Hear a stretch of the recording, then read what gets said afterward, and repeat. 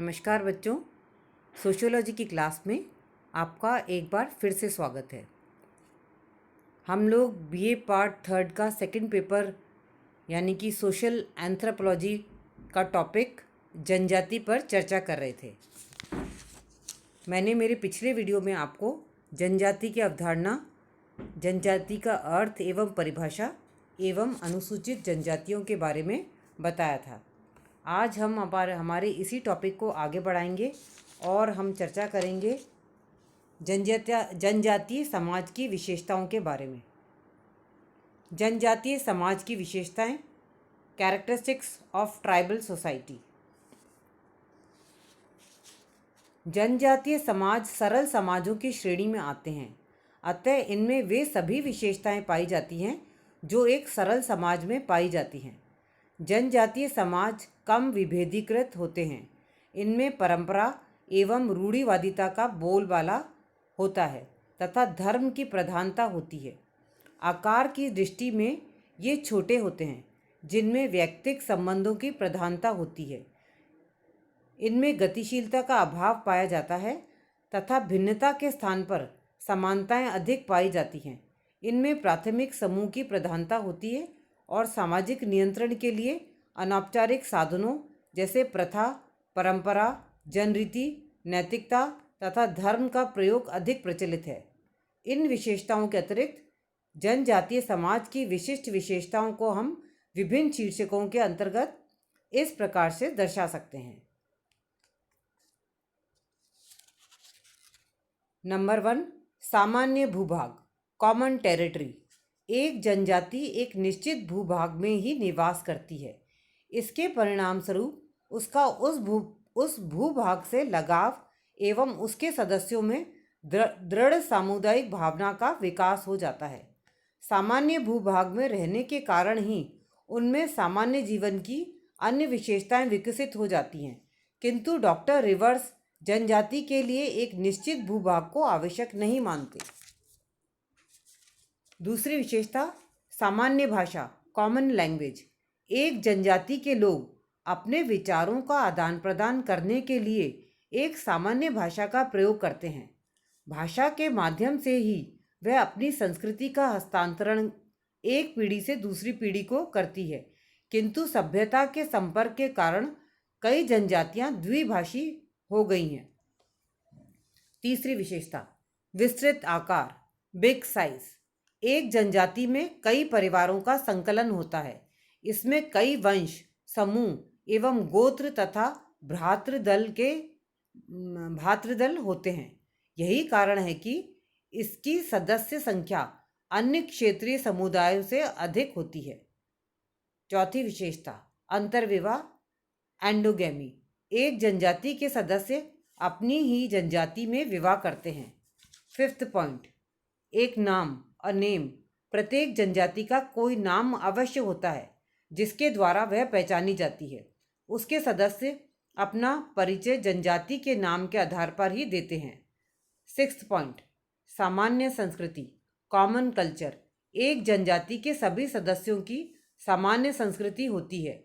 उनके रीति रिवाजों, प्रथाओं, लोकाचारों, नियमों, कला, धर्म, जादू, संगीत, नृत्य, खान पान, भाषा, रहन सहन, विचारों, विश्वासों, मूल्यों आदि में समानता पाई जाती है। सातवीं विशेषता, आर्थिक आत्मनिर्भरता, इकोनॉमिक सेल्फ सफिशिएंसी।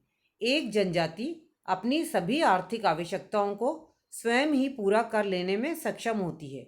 शिकार, फल फूल एकत्रित करने, पशुचारण, कृषि एवं गृह उद्योग आदि के द्वारा अपनी आवश्यकता की वस्तुएं जनजाति के सदस्य स्वयं ही जुटा लेते हैं। यद्यपि कभी कभी वे अपने पड़ोसी समाजों से भी विनिमय करते हैं।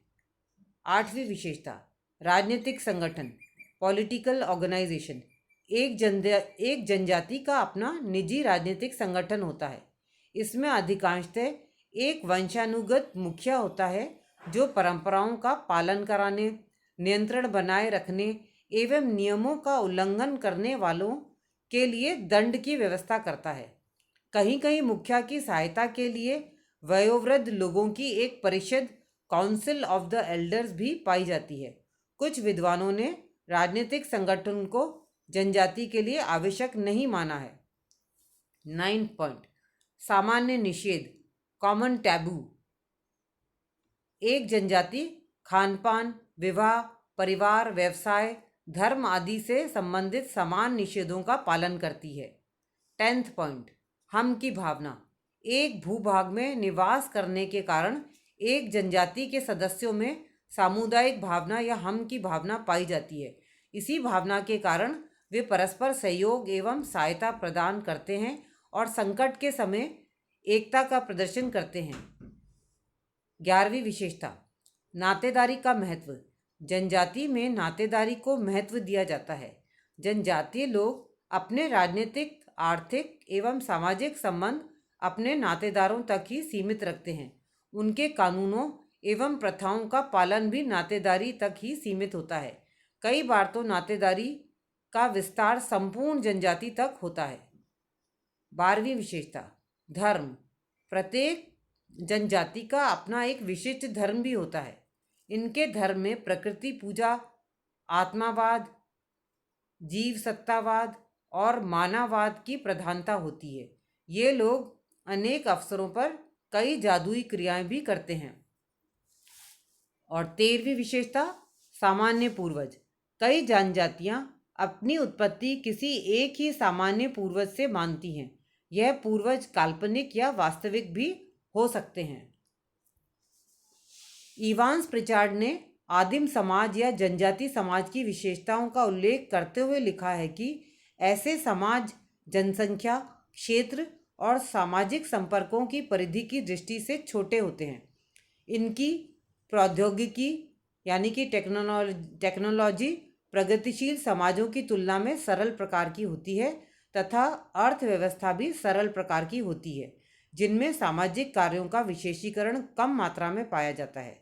रॉबर्ट रेडफील्ड ने आदिम समाज की इन विशेषताओं में कुछ विशेषताएं और जोड़ दी हैं, जैसे इनमें साहित्य, व्यवस्थित कला, विज्ञान एवं आत्मविद्या थियोलॉजी का अभाव पाया जाता है।